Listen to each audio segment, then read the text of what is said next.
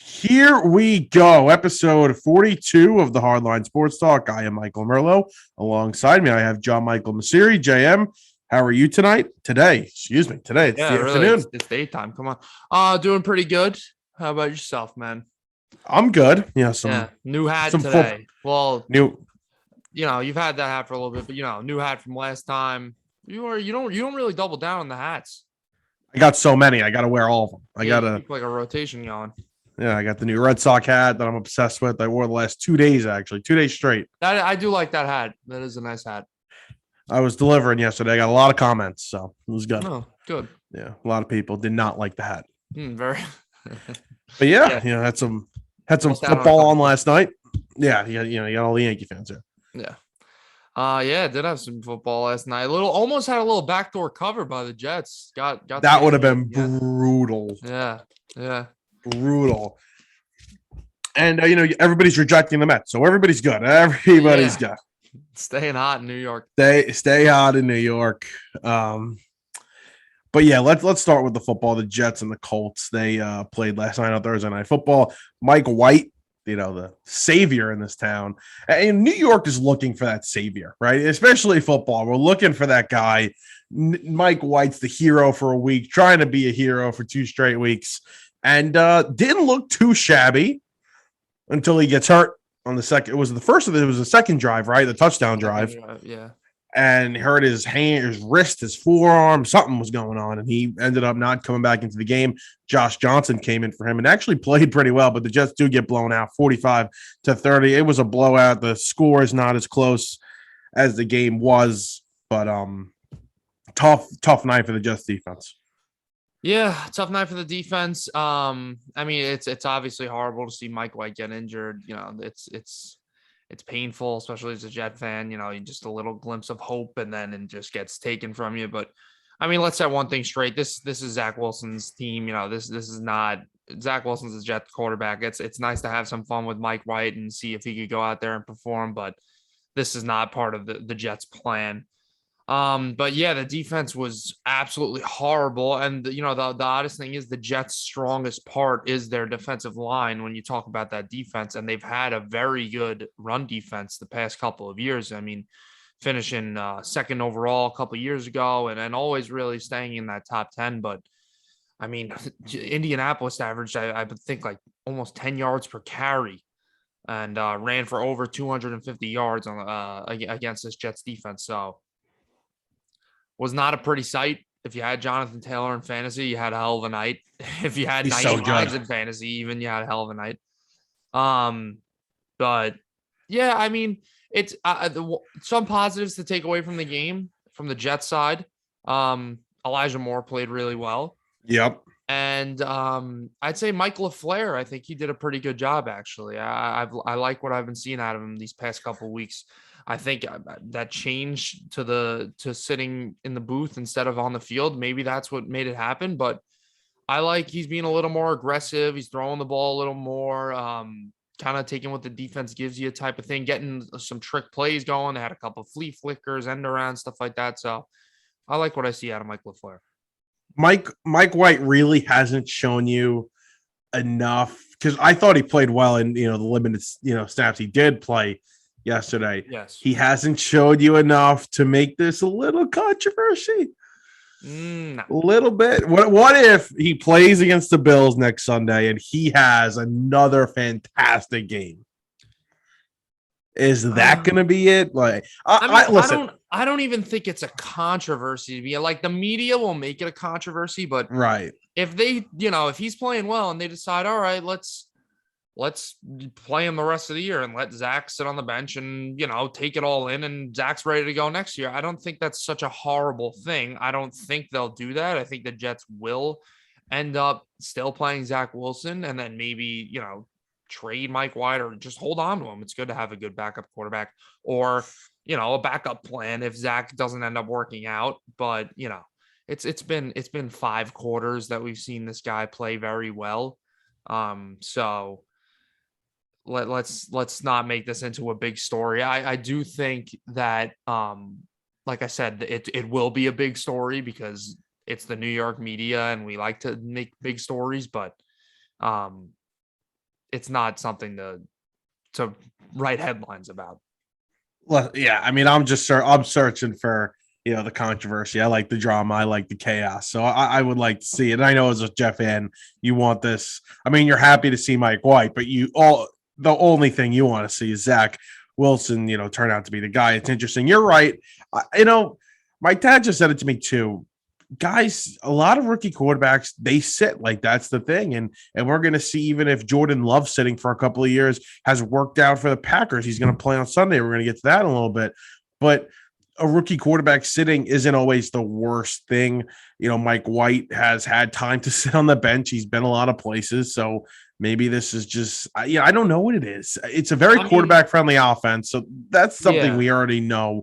And again, he wasn't throwing the ball, downfield, but it's interesting. I don't think we've really seen something like this, or at least not in a while, where we have two guys like, you draft a quarterback, you have a rookie, you have a backup who nobody's really ever heard of, and now he's playing well. It's a very interesting situation, and I almost got sick of the Mike White story even yesterday on Thursday, but like now it's fun. Right. Well, like you said, it is obviously a very quarterback friendly system. And I think that's why you saw Mike White and even Josh Johnson go out there, two experienced guys, especially Josh Johnson, a guy who's been in the league forever.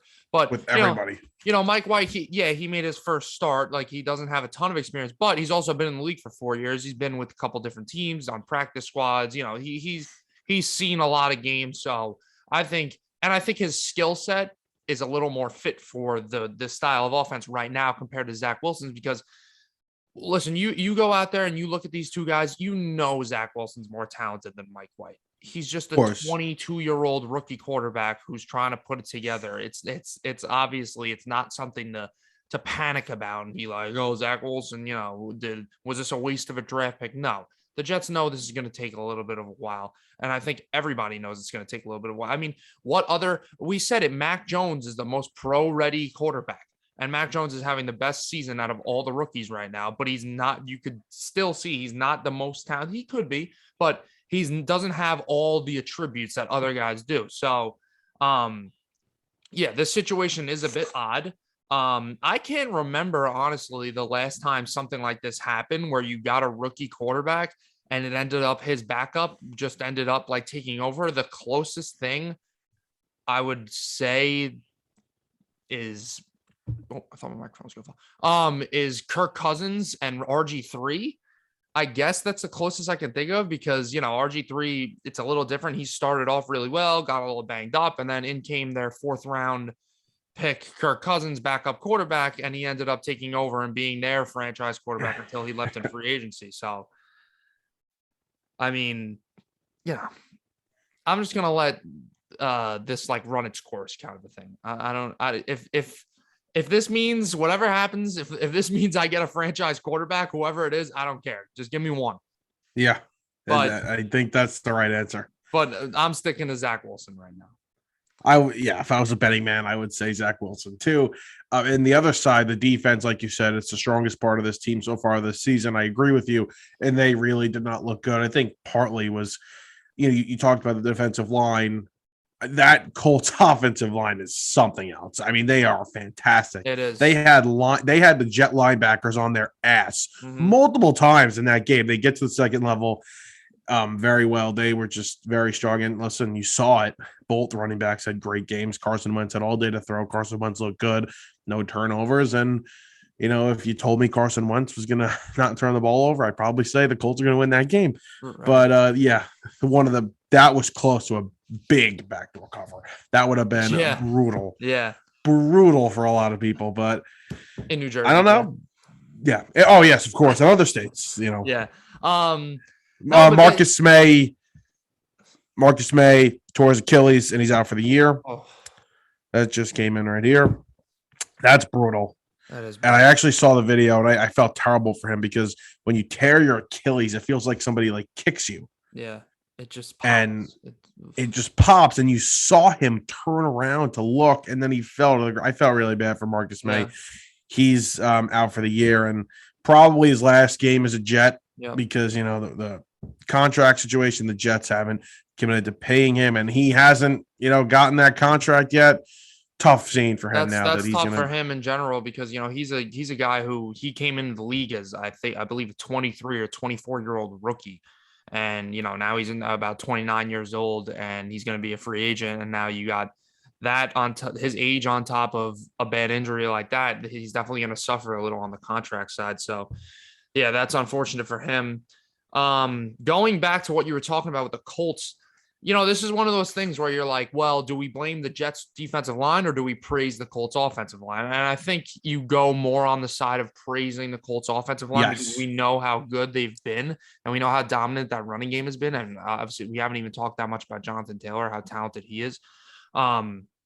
But the Colts offense is a very underrated offense in the league. I mean, you see Michael Pittman starting to really come into his own. He's looking like a good receiver, a good deep threat too. Yep. And Carson Wentz has been playing very good, honestly. If you look at his numbers and you just look at the way he's been playing, it's not the way he was playing last year. He's taking care of the football. He's not on pace to throw 15 or 16 interceptions or whatever he threw last year. He's his defense is doing a good job and he's going out there trusting the running game and trusting what Frank Reich or whoever's in his headsets telling him what to do. And he's executing. I mean, he's not going 2017 MVP Carson Wentz mode. Well, he runner up, but he probably would have won the MVP. He was young. And he's just playing a pretty nice fundamental style of football. Yeah, very quickly, Mike. Coach Salah said Mike White looks good for next week, so that's good news. And yeah, you're right. Carson Wentz. This whole thing with Carson Wentz has been overblown. Yes, he was terrible last year with the Eagles. He was one of the worst quarterbacks in the league. But this season, he's been very good, and he did, in my opinion, lose them the game last Sunday to the Titans, which ends up being a huge loss. Yeah. But the guy's got 17 touchdowns, 3 interceptions, 2,200 yards. His passer rating is that's not it. Where's the passer rating? His passer rating's 100.1. He's been good this year. So I think he gets a lot of hate, this guy. He's with Frank Wright. He's his old offensive coordinator. I think this team can use another receiver. That's the only thing on offense they're missing. They got the running game, the offensive line. T.Y. Hilton's health has been up and down. But yeah, obviously I don't think T.Y. Hilton is 2016 T.Y. Hilton, but I still think, he's a playable wide receiver. Another body, yeah. He's not garbage, yeah. But I think Carson Wentz, I think sometimes people like to throw the blame and just say, oh, well, Carson Wentz is only playing well because he's in a great system. And yeah, sure, maybe he's thriving because he's in a very good system that's catered to him, but you still have to execute when you're in a good system. So let's not just throw everything on Frank Reich and say what a great job he's doing. And Carson Wentz is basically just a robot out there. And Carson Wentz is doing a good job doing what he has to do. So you can win with Carson Wentz. And listen, guess what? Most of the great quarterbacks are in really, really good systems with really, really good players and a very good offensive line. We talk about Aaron Rodgers. I personally think Aaron Rodgers is the greatest quarterback that I've ever seen. Meanwhile, Mike McCarthy's the last couple of years in Green Bay, he was throwing up 24, 25 touchdown seasons, and people were saying those were down. He would still put up respectable numbers, but those are down years for Aaron Rodgers, and people were saying he was washed up and whatnot. And then Matt LaFleur comes, implements a new system, a more modern system, and now Aaron Rodgers has one of the greatest quarterbacks we've ever seen, the greatest seasons we've ever seen out of a quarterback last year, and wins the league MVP. So, you're very talented, but that system and the personnel and everything around you is what really takes you to that next elite level. And I'm looking at Carson Wentz. I'm looking at Carson Wentz's numbers here. He had that MVP type season, 33 touchdowns, 7 picks. What is the passer? 102 passer rating. The next year, he only played in 11 games, 21 touchdowns, 7 picks, a 102 passer rating. Right. And then in that 2019 season, if you remember, they went to the playoffs. And he had nobody to throw to. I mean, they had the wide receiver list on that team was just completely garbage. 27 touchdowns, 7 picks, a 93 passer rating. That's why went to the playoffs. That's why I think it's so important when you're rating quarterbacks. You can't just look at one season. You have to go over probably the last 2 or 3 years because now people are going to want to say, oh, Pat Mahomes, is he not a top 5 quarterback in the league because of this? we know Pat Mahomes is a top 5 level Right. quarterback. It hasn't been their year this year. Things have not been clicking, but we know the talent that he has, and we know the talent that Aaron Rodgers had when, the last couple of years with Mike McCarthy, but it just wasn't working out. And Carson Wentz, I read you the numbers just now. He's on pace, honestly, arguably for his best season of his career. Yeah, this season. So to give up on Carson, I've always been a Carson Wentz believer. Mm-hmm. So I am on the right. I'm on the right side here. I think you are. And yeah, I just pray for my team that we get a system like this for a quarterback at some point. I think the Jets have found it. With Mike LaFleur, I think that's a good system, and it's proven. Matt LaFleur system. It's a mix. I think isn't it a mix of Kyle Shanahan's offense and isn't the LaFleur offense a mix of Kyle Shanahan's offense, or is it all those? Yeah, that comes from the Shanahan tree. Right. Oh my God, I always forget his name. What's Kyle Shanahan's dad's name? Mike Shanahan. Mike Shanahan. It all comes from the Mike Shanahan thing. So yeah, LaFleur was in that system with Shanahan, and then obviously Mike Shanahan's son Kyle was. So yeah, it is just a bit of a blend, but it's a good system, and I think we saw it with Sam Darnold his rookie year. He got banged up for a little bit and then came back and ended up having the best month of December. That one of the top 5 quarterbacks in that month. So. Obviously things didn't work out in the long run with Sam Darnold, but maybe we see something like that with Zach Wilson. Maybe he comes back, has a little time to breathe and look at things from a different perspective, and he balls out. So let's stop jumping down his throat or starting to write off depth charts and everything like that, and write off who the franchise quarterback is when we haven't even seen the double-digit amount of games from a 22-year-old rookie. Yeah.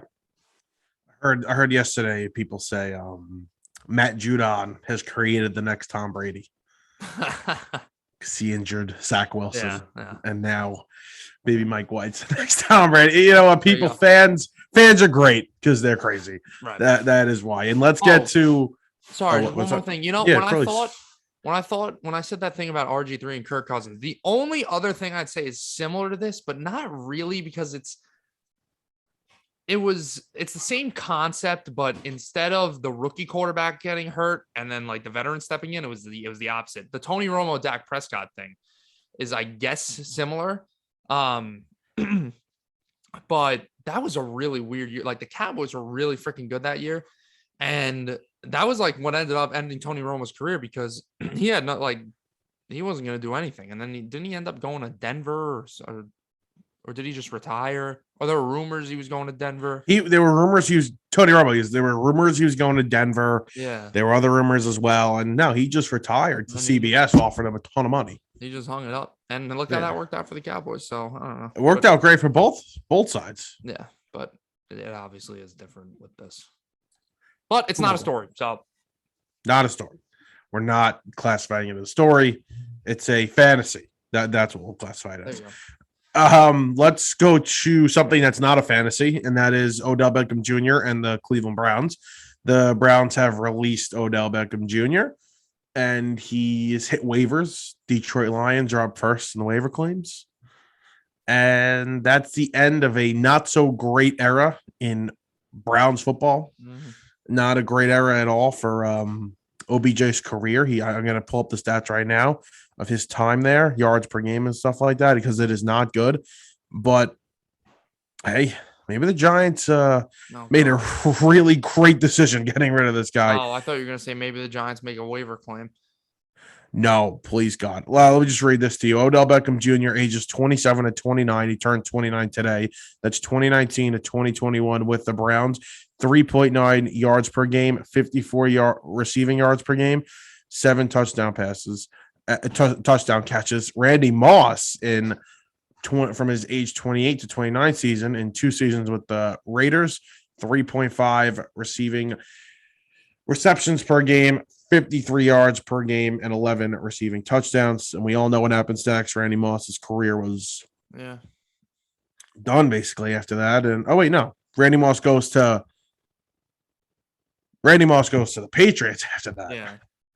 So maybe it's not done for Odell, but I don't know. I think it's run its course. I mean, I this think has he's done. been this has been like an ongoing thing where it's like, oh, Odell's always open, but Baker sucks, and it's oh no, Baker's good, but Odell sucks. I got a crazy theory. What if they What? both just suck? Yeah. Because I think that's what it is. I think that I think Baker, this guy's had every. I was a defender of Baker this offseason. I was very confident that he was going to finally have his breakout year this year, and he's not doing that at all. I think the Browns should start looking for a quarterback after this offseason. To be honest with you, I don't know if they want to go through that again. I mean, they did it for 20 years, but this guy is he's I wouldn't. He's like right on the cusp of calling him a bust, honestly, because he would be he's a starting caliber quarterback, but you don't want an average starting caliber quarterback when you have the number one overall pick. Let's be honest. So he's not gonna make you lose, but he's not gonna make you win. I'll tell you that. But yeah, I think Odell is what he is. He's never was a all around unbelievable wide receiver kind of thing. When he was in New York, he was a top 5 receiver in the league, and he kind of relied on his speed and his run after catch and the just his overall athleticism. But I think as his aging went on, you can't really rely on that much anymore, and that's when the whole route running and just overall senses as a wide receiver need to kick in more. And I think he lacks that, to be honest with you, compared to the other big star receivers in the league. So yeah, I don't think Odell is a really desirable target to get on the waiver wire right now, if you want me to be honest. No, he's obviously not the same. And I think it's completely true. You're right. Both of these things can be true, that Baker is bad and so is Odell. You know who does is not getting enough blame for this? And I want to say, was it John Dorsey that made the trade? Because when you think about it, you brought in a receiver who, obviously when he was with the Giants, he was the number one receiver. It was a very pass first offense. And, I'll read you Eli's stats when targeting him. It was fantastic. They threw the ball a lot and they targeted him a lot. And you were bringing Odell into a situation with a young quarterback who is still developing. He still hasn't developed. And I don't think you're wrong to call him a bust. And you brought him into an offense where it was very run heavy. Yeah. You've always had a couple of running backs there, and the most successful part of your team has always been running the football. And now you got this diva wide receiver who always needs the ball in his hands, and he's going to be complaining. And clearly, this whole situation has just not been good. The thing with his father posting that video of him missing Odell it's embarrassing. And Odell not even saying a word to Baker. As much as I want to hate on Baker, I think Baker's been the bigger man here. Mm-hmm. And I'm not surprised by that, but he has been. And it should have been done a while ago. This was not a good trade from the beginning. They took on a big contract and they gave up a first round pick, couple of picks, and a starting caliber defensive player for him. I don't think the trade has worked out for the Browns at all, and it just comes to an end here. And I think there are teams that should take a chance on him because, again, if you could get him in the right situation, I think there's still some talent there, although he still is banged up. He's got the shoulder issue. Right. But I think there are teams that I would take a chance on. I think the only teams that do that are teams that are really wide receiver depleted. They really need a wide receiver. I think the Saints is one of the teams that come up there. But I think when Odell left New York, there was kind of a sense that he was, I wouldn't say losing it, but his production and just overall body of work wasn't exactly where it was when he had first broke out and those first 3 years in New York. He ended up dealing with a couple injuries and numbers dipped slightly. And, you just kind of had the feeling that it wasn't guaranteed that he was going to go to Cleveland and be, a top 5 wide receiver again. And that's exactly what happened. I mean, 1,000-yard season with Cleveland, and not crazy impressive statistics. He had a couple flashes, couple good games, but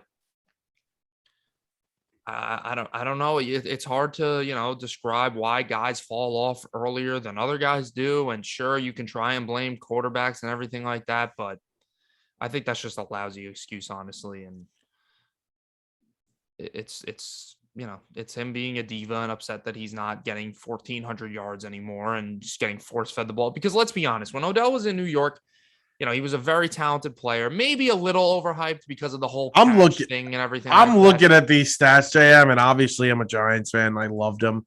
The numbers are phenomenal. It's fantastic what he was doing. Right, but maybe he's just a little overhyped because of he was basically the only guy to rely on that offense at certain points. So obviously I'm not going to discredit all the numbers he put up, and I agree that he was a top 5 wide receiver in New York. I want to go back to that point I made when I said he never had all the tools of being a top wide receiver.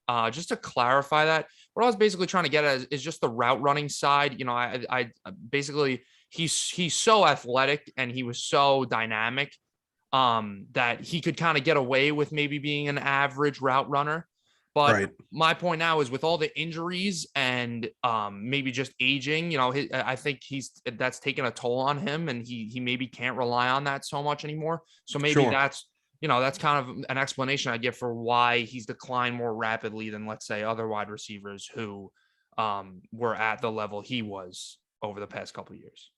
Eli Manning's stats when targeting him, 63% completion percentage. It was a 44 touchdowns, 12 interceptions, 8.9 yards per attempt, a 107 pass rating, and 86.4 QBR. Baker Mayfield, when targeting him, 55 completion percentage, 6 touchdowns, 8 interceptions, 7.6 yards per attempt, 73 passer rating, and a 58 QBR. I don't even know why I read the QBR, but obviously a tale of two sides there. Right. And that season, before he got traded, he was hurt. He played 12 games. He had 1,000 yards.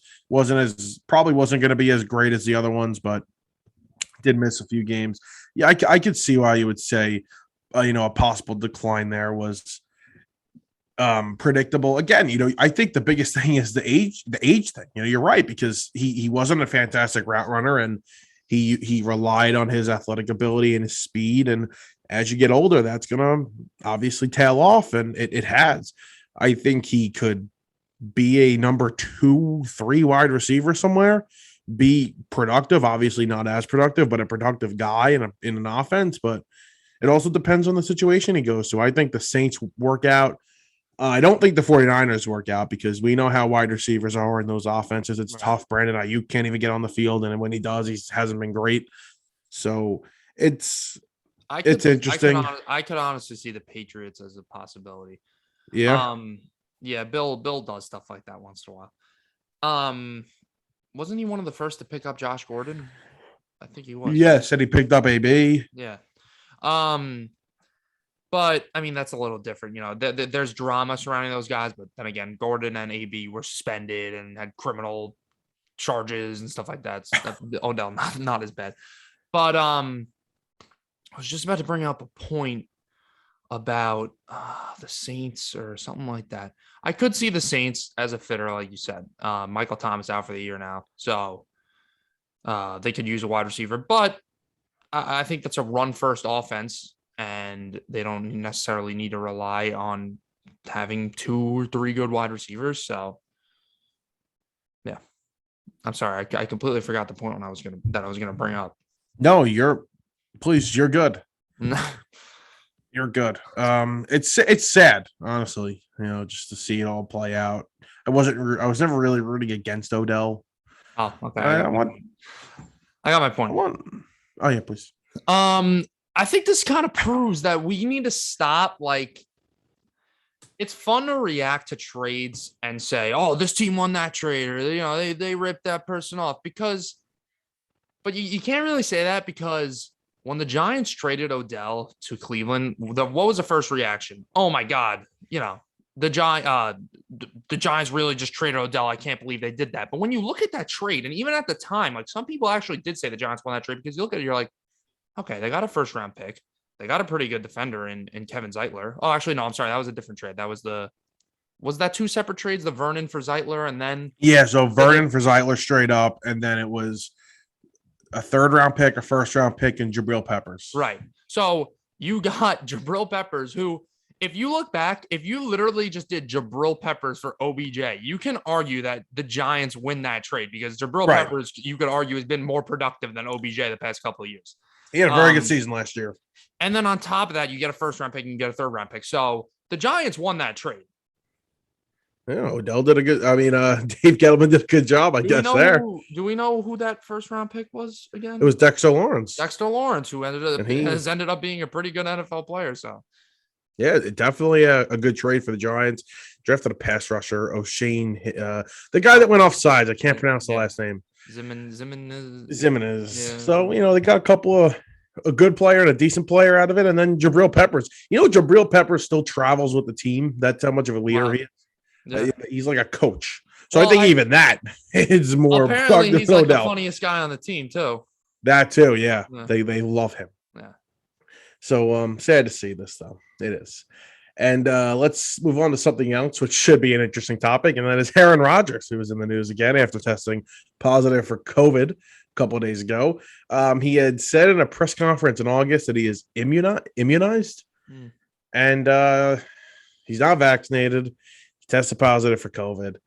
He's gotten a lot of heat the past couple of days, and he went on Pat McAfee's show today to defend himself. He went on for like 20 minutes. He had sheets of paper with stats and, just all the research that he did and reasons why he didn't get the vaccine. And, I don't know what to think of it. I really don't. I'm split. Right. Part of it, if you listen to it, I listen to it.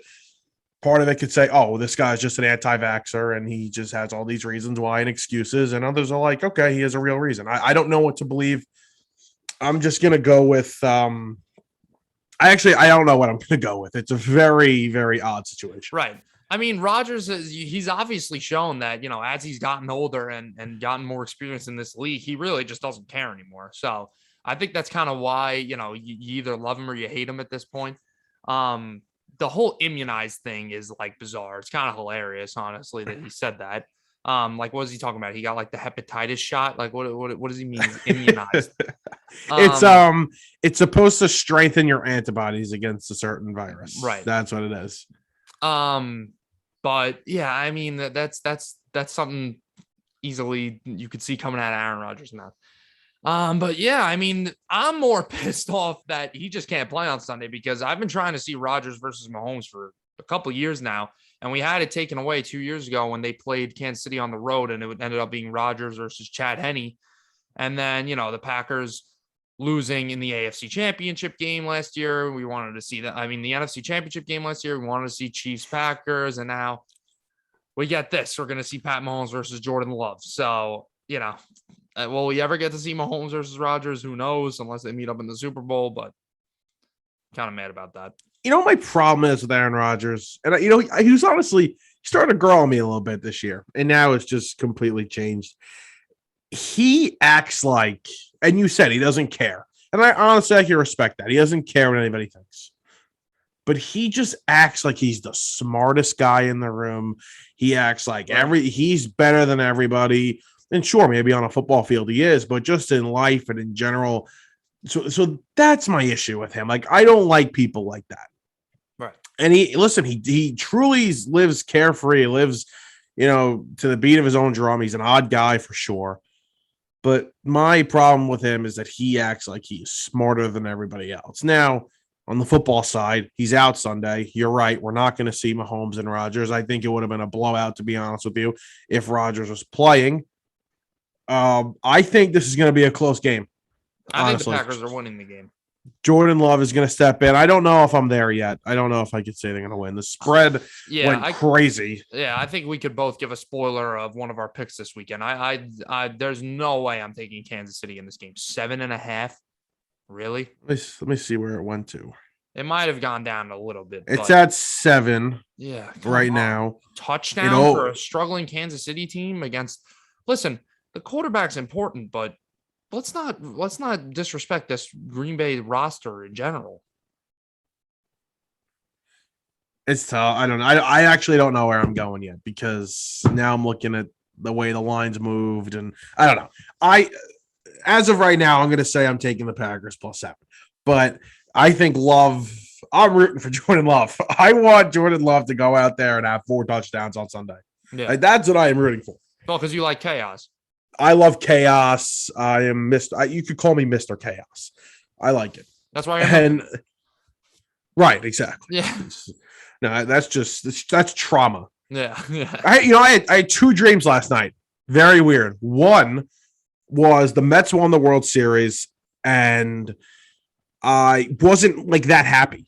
So I woke up in the middle of the night upset because I'm like, is all this pain really worth it? Yeah. Because I wasn't happy in this dream. Like seriously, like I don't know, whatever. And then my next dream was that my dad ran for mayor in New York City and won. Oh, congratulations. Yeah, so that two really weird dreams, but I was very upset about the Met dream. But being a Met fan is just torture. Yeah. Anyway, back to chaos. I want Aaron Rodgers now to feel pressure. That's what I want to feel. Maybe I know he's not, but hear my reason why. Let's say Jordan Love plays very well on Sunday, right? Which is definitely not out of the picture considering how bad the Chiefs defense has been. Mm-hmm. So let's say he plays well. And let's say Rodgers isn't coming back again for the next week. He plays well again. Now the Packers look smart. Now the Packers look, hey, we drafted this guy. LaFleur liked him, thinks he'd be good in this system. Maybe this is a situation where remember when Belichick, he was like, I like this kid Garoppolo. Yeah. But Kraft stepped in and said no because of Brady. Right. He doesn't have ownership on his side, Rodgers. Ownership's going to be on the coach's side. Ownership's going to be on the side of Love because they all came to the decision that this guy is the next quarterback. Right. Maybe they don't fight for Aaron Rodgers in the offseason, and maybe because Rodgers has said he's had great conversations with the owner, maybe he's not leaving. I don't know. Maybe this just pushes Rodgers out for sure next year, and maybe it's not because of Rodgers, it's because of this guy, because Love looks good. I think the only my chaos isn't for like Love to start the rest of the year. Obviously, that's not happening. I just want to make that clear.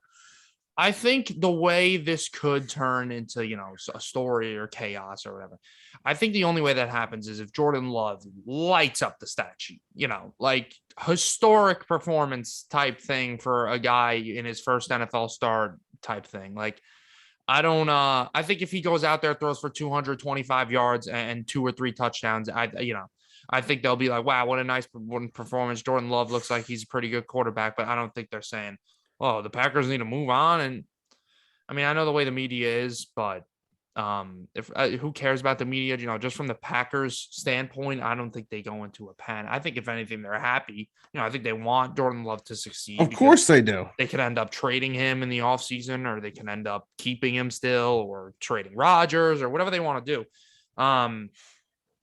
But yeah, I mean, back to the game part. I mean, we'll give our analysis after the game and see what actually happens and give our take on the whole quarterback situation. But in terms of the game, I really do think the Packers are going to win this game just because, I've been against Kansas City in their past like 4 or 5 games and talking about, just how the game's going to go, the spread, whatever. And I think week in and week out, they're proving they're just not a great team. And, they can turn it around with a quarterback like Pat Mahomes and a head coach like Andy Reid. But until I see that, I'm not going to believe it. So I think the Packers have a very good roster. Their defense has been playing very well. I think, they'll have a very similar game plan to the one they had in the Thursday night game when they beat Arizona. I think they'll really rely on Aaron Jones and get the ball to try and get the ball out quick. Devontae's playing. Devontae is playing. I don't think you'll see Jordan Love taking 7-step drops and throwing it 40 yards downfield the whole game, So I think they could just dominate time of possession, get the ball down the field. This offensive line has been playing pretty well for them. So I think Bakhtiari is coming back. Bakhtiari should be back. Is Alexander back? I don't think so. I'm not sure. Check. But Packers have a pretty good defense this year, so I think they win this game. Yeah, I agree that they'll keep it close, but I don't know if I'm there yet. They're going to win the game. Let's see. That's just not. I'm trying to look up if he's back or not, and for some reason, Google thought I was typing in Green Bay Packers logo. Oh, now J.R. Alexander background. Good. Please. I don't think he's. I don't think he's playing. I haven't seen that he's coming back. This is 2 weeks ago. He's progressing nicely. I don't think he's coming back yet, but listen, still the defense has been good, so I think you trust them still. And I think you nailed it right on the head. They're going to dominate the time of possession. They're going to run the ball. They have two good running backs they can run the ball with Dillon too. So I think the Packers keep this close. You keep Mahomes on the sideline late in the game. Maybe it's a tie game. Maybe the Packers are only down a score. Maybe the Packers lose. They lose close. 7 points is a lot of points. It is. So I'm so interested though. I can't wait.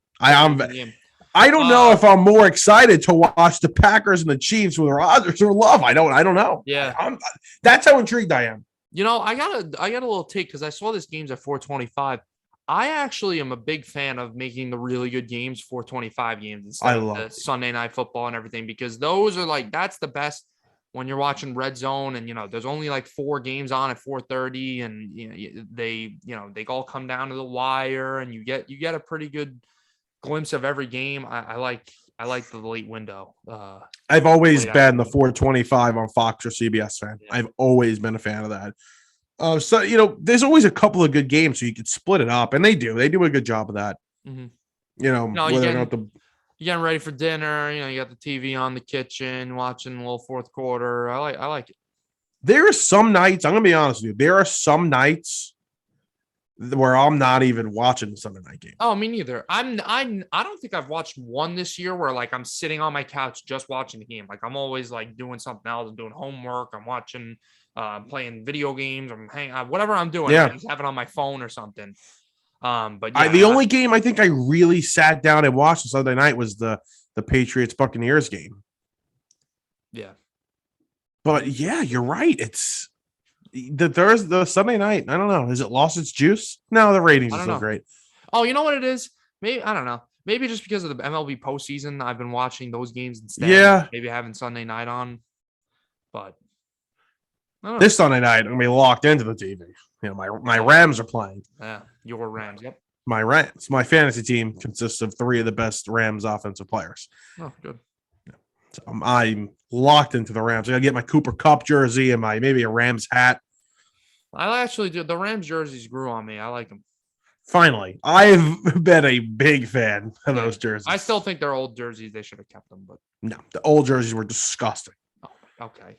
Disgusting. I actually could have thrown up looking at those jerseys. It was a mix of the St. Louis Rams. Or there's something wrong with you? Okay. No, these Rams are hot. I mean, these jerseys are hot. The Rams are hot, but these jerseys are hot.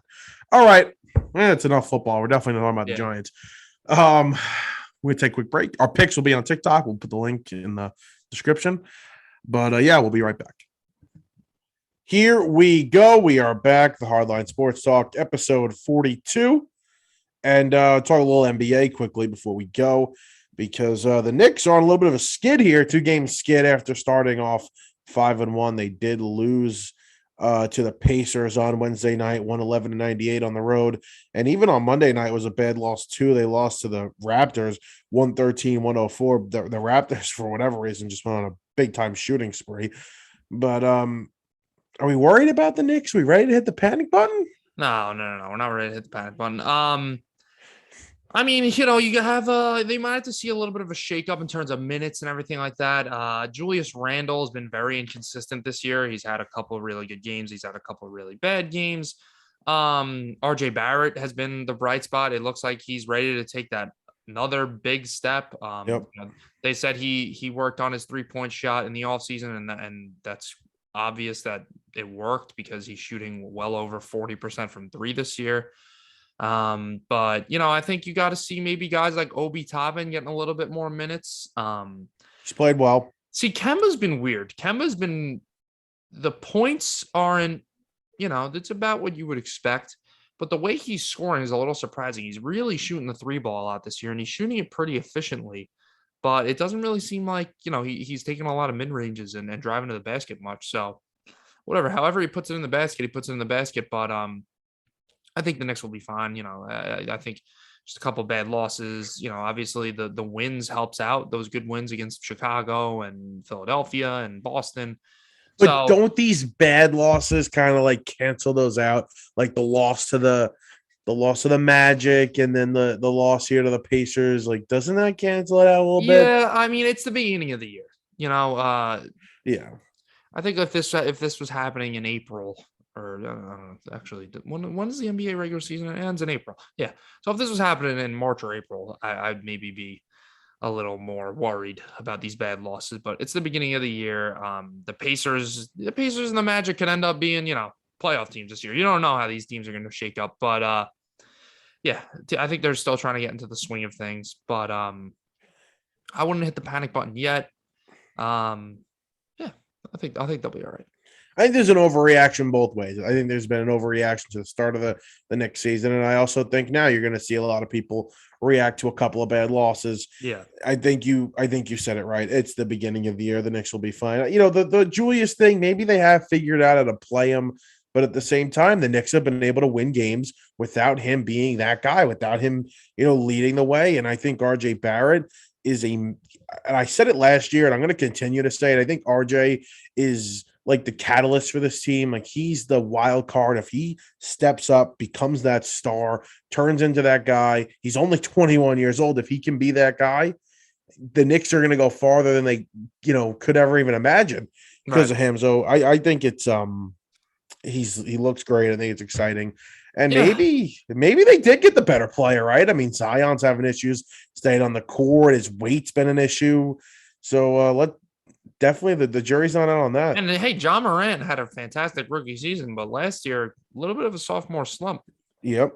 Um, yeah, I mean, we said about Randall, maybe he after the last year's series against Atlanta, maybe he's not the number one guy. Maybe he's better off as a second or third option. And maybe we could see that transition this year with the way RJ's been playing. Maybe RJ ends up being the number one option. So, we'll see how it shakes up. I'm not going to read too much into these losses right now.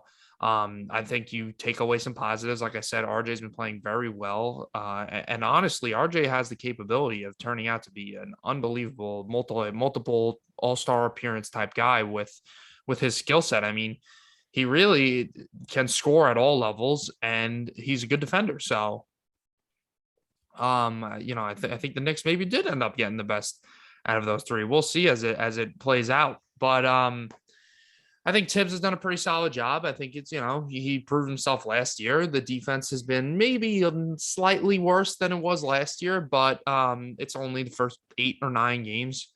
So I still expect this team to be a strong defensive unit, one of the best in the NBA. And I think the Knicks will end up being okay and making the playoffs. Now, what seed do they end up being? I'm not sure. Let's see how everybody else plays. We've talked about how great the Heat are, and we expect them to take a little bit of a bigger step. And we like obviously the Bucks, but I could see them. The Bucks are 4-4 right now. I could see them finishing in front of Boston and Philadelphia. Honestly, I don't love either of those teams. Well, Philadelphia is the number 1 seed right now. They're 7-2. Mm-hmm. They've figured it out. I think the top 2 teams, clearly so far, and I think it will be, are the Heat and then the 76ers. And the Nets obviously are starting to turn it on, and I think the Bucks will be fine and make the playoffs. They're 4-4. They're out of the playoff picture, but I don't know if the Knicks are a top, and they could be better than they were last year. I don't know if they're a top 4 team in the East, and that's just because the East has gotten better along with them. Right. The over-under was set at 42.5 this year, and people were criticizing that. And maybe Vegas is right. Like, again, they could be better, than they were, have a worse record. But I don't know. I don't know what to think of this yet because, again, it's so early. But I think I could bet on the fact that they will not finish in the top 4. Yeah, I think the East is loaded this year. I mean, it's flipped from the way we're used to it, where the Western Conference is the more dominant conference. The East is certainly has 5 teams in it that can be NBA Finals teams. But I don't know. I think the Knicks, you will see them be active in the trade deadline this year. I mean, it obviously depends what their situation is. I'd imagine they'd be in contention still by the trade deadline. Now, how much in contention will they be? Will they be a top 4 seed? Will they be an 8 seed? Who knows? But I think this team has given themselves room to kind of, get creative and bring some big players to New York. But will they do that in the trade deadline this year? Will they do it in free agency in this offseason? We'll see. It depends how the team's playing throughout the year. You see, Ben Simmons got fined $360,000 from I the did see that. 76ers. And when the Trailblazers were playing the 76ers last week, they were chanting Damian Lillard, and we want Damian Lillard. Wow. So I think the Philly fans are a little upset. Yeah, I mean, listen, this whole Ben Simmons thing, to be honest with you, I think Ben Simmons is being a crybaby in this situation. I mean, the guy, you expected him to take a step and he didn't. He might have actually taken a step backwards. He hasn't been the player that they hoped for him to be. And, his name was thrown around in trade rumors and he's been treated poorly by the fans. But rightfully so. I mean, this guy basically lost them a playoff series last year with his awful free throw shooting and just awful play in general. And I don't think he makes this team much better. I wouldn't, if I was an NBA team, I wouldn't give up a lot of valuable assets to trade for him. I think he is what he is. I think he's a good player. Do I think he's an all-star level player? Not at all. So I would not give up a first round pick or multiple first round picks or one of my good NBA players for Ben Simmons if I was another team. Yeah. 100%. He's made the situation, with the way he's acting, he's not only made the situation worse for himself, but he's made it worse for the 76ers. And I don't know who would trade for him. I don't know what I would give up. I'm very happy I'm not in this situation. And Daryl Morey, who came over from the Rockets, was supposed to, kind of fix this team. And they were good last year. And listen, they're showing right now that they could be very good. Tyrese Maxey's playing a lot more now. He's he was their first or second round pick last year. And he's playing a lot more now since Ben's not there, and he's stepping up. He's playing very well. So maybe they don't need Ben. Maybe they don't need anything, and they'll be fine. But yeah, they had offers to trade Simmons, I think, but teams wanted Tyrese Maxey in the deal if they were going to take on the money, and the Sixers were going to get a good player back, and the Sixers said no, we do not want to trade this guy. So maybe they're proven to be right, and they'll just let Simmons sit there and rot. I guess I don't know. I think you're right. He's pretty soft. Yeah. And playing in Philly's not easy. I'm not, denying that. It's not easy. But again, you better know who you're dealing with before you come out and act like this. And listen, I know, I think sometimes we're prone to put a lot of the blame on the players instead of blaming the owners. I think we do that as fans in general a little too much, but because, I think that's a product of fans. You couldn't imagine being in the position that they are. I mean, most fans would do what athletes are doing, playing professional sports for free.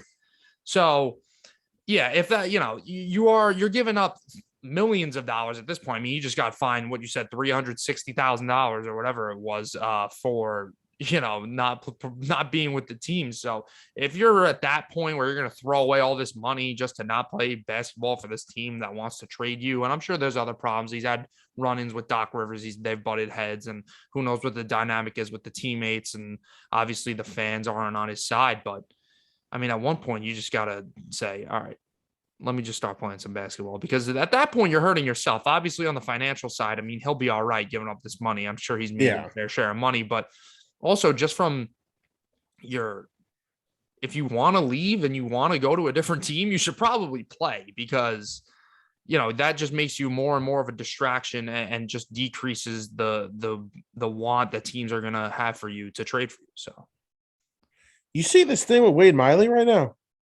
No. The Cubs claimed him off of waivers. The Reds just put him on waivers. What? Wade Miley had a very good year this year. He had a really good year. He had a $10 million club option for 2022. The Reds could have picked it up or traded this. $10 million. The Reds. He was worth more than $10 million last year, and they could have just picked it up and traded him. That's bizarre. But they decided not to, and now he's the Cubs claimed him. That's it. Maybe he slept with the owner's wife or something. I don't know. That's very weird. The Cubs get themselves a nice southpaw. So whatever. Yeah, but back to basketball. You want to talk about the Lakers now? I do want to talk about the Lakers because it's very interesting. I just want to point out something really quickly. We're not going to talk about the Nets because there's not really much to talk about. But Kevin Durant is the best player on the planet, in my opinion. He's playing out of his mind right now. I had 32 the other night. I said it before the year, and I'm pretty confident in saying it right now. I know a lot of people are on the Giannis's side and not taking anything away from Giannis, but I would take Durant. Okay. Yeah, I mean, I think it's kind of between them two or Steph. I you love can't. Steph. I feel like you can't go wrong. You know what I mean? Yeah. Would you throw? I mean, I'm not going to throw Jokic in the conversation for a bet. You know, would you take him over Durant? I think that's a little absurd, but you know, I think it's about time we start throwing his name around the top 7, top 5 players in the NBA. I mean, yeah, winning the league MVP, I think you deserve to be there. But yeah, I mean, we're gonna bring up the Lakers, and you know, LeBron. I think LeBron's known now that he's out of that conversation. I think it's known that he's out of the conversation for the best player in the league. I still think he definitely deserves top 5 consideration. But I think he's kind of taken a step back, maybe not from a talent perspective, but maybe just because he wants to. You know, he's taking a little bit of a step back, kind of relied a little more on his teammates because I think he realizes he's got some pretty good talent around him. He's got Anthony Davis, a guy who we've talked about as a top 5, top 10 NBA player. But this team is not playing well. And, you know, they got a lot of criticism, and I think rightfully so, for the way this team was built this past offseason. I mean, you go out there and you get a bunch of guys who are, you know, over 30 years old or whatever. You're getting Carmelo Anthony. And, you know, I mean, they traded for Russell Westbrook. And don't even get me started on that guy because, you know, Russell Westbrook's a guy who can fill up the stat sheet, but he's never won anything. And I'm one who's usually against that, where you got to stop, you know, putting too much pressure on one person and saying, oh, their team didn't win, so they're not good. But when it comes to Westbrook, I mean, he's been on some pretty good teams, and it seems like wherever he goes, he doesn't make the impact that they've expected him to make. He went to just say it. He went to Houston, didn't really make that much of an impact. Goes to Washington, doesn't really make much of an impact, and now he's in LA. So he's putting up good numbers, but this team is struggling. So I think it's safe to say, you know, you said it before we came on the Russell Westbrook, the fact I think he's made them worse. Yeah. Mm-hmm. You know, the fit to me never made sense because he can't shoot. He's not great defensively. And that's what the Lakers were lacking. They were lacking some outside shooting. It's like, what's the point? You know, the athleticism, whoop-de freaking do. You could find an athletic guy for not that much money, or, you know, not that big of a star. Come on, I'm sorry, I don't understand that trade at all. I think Bradley Beal would have made so much more sense for this team to trade. Whatever they would have had to given up more, it would have been a lot more. But Bradley Beal makes a ton of sense. But I mean, yeah, Westbrook's a guy who fills up the stat sheet, but he doesn't play a winning style of basketball. No, and that's not what they needed. And I think it's fair to say right now LeBron has an abdominal injury. He's going to be out a week. I think the injuries keep piling on. He's missed a couple of games already.